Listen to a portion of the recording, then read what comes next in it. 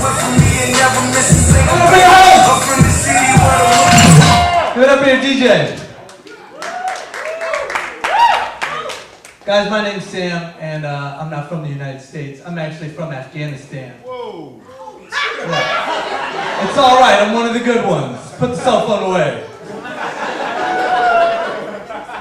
But I'm not even Muslim, and my family's not Muslim. So when Islamic extremists took over the Afghani government, we fled the country to escape from the religious fanatics. But we didn't do a very good job because we ended up in Atlanta, Georgia. I'd be like, damn, Dad, America looks different than it did on TV. Where's John Wayne and all the cowboys and Indians and stuff? I just see police and crackheads everywhere. But looking like me in America today, especially after 9/11, people will be racist to me right to my face. I was on a train once, and this old lady sitting next to me just turns to me and goes, hey, you're not going to hijack this train, are you? And I'd be like, what kind of terrorist would hijack a train? What would I do with it? If I hijack a bus or a plane, I can take it wherever I want. But if you hijack a train, you have to stay on the track. Does she think I'm going to call the police and be like, hello, I've hijacked the train. I have 40 hostages. If you do not meet my demands by 5 o'clock, I'm not stopping at Times Square. Everyone's going to have to catch a cab. I hope you're all late for work. That's what you get for bombing my country.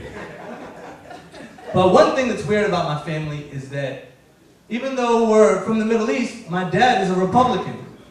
It's the dumbest thing.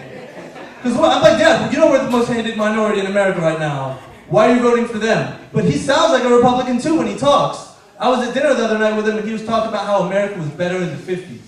He was like, in the 50s, we had real leadership in this country. We didn't have that socialist Obama. We had Dwight Eisenhower. And we didn't have any of these trashy reality TV shows on TV. We didn't have any of these hair metal bands. We didn't have these gangster rappers. It was a better time.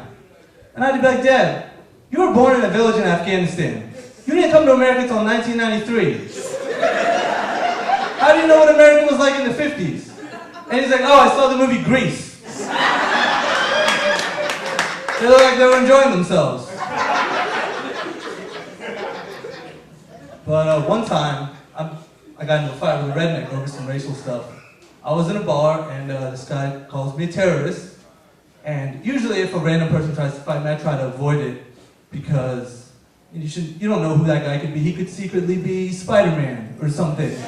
I don't know who I'm dealing with.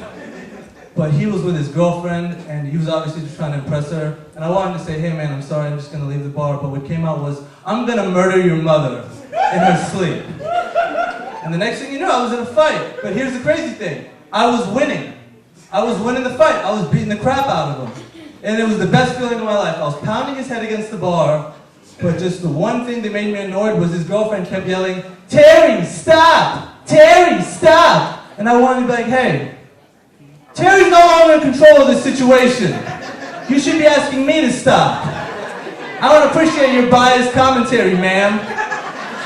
You're like the female Joe Rogan, except you have no idea what's going on in the fight. But in the middle of it, this big black bouncer breaks us up.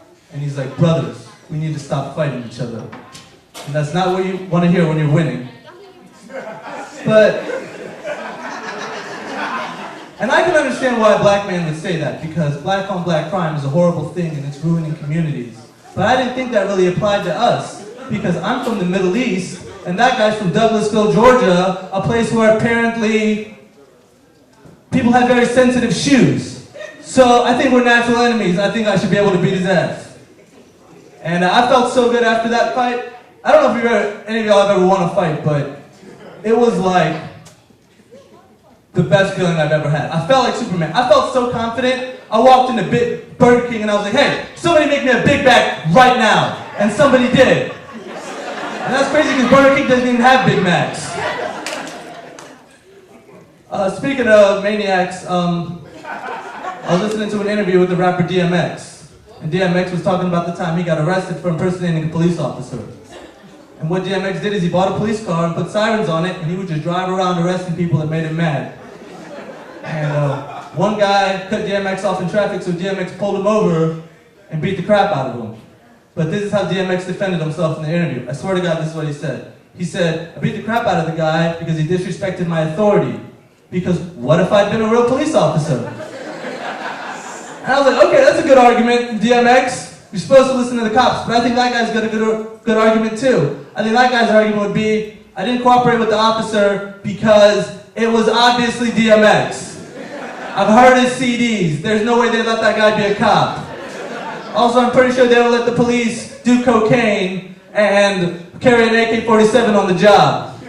Someone should tell DMX that being a police officer isn't like being a vampire, where if you get arrested enough times, you become one of them, and you can go around arresting other people. Well, you've been a great crowd. Enjoy the rest of the show. Have a great night. I've been Sam Zayvan. Twitter me, Facebook me.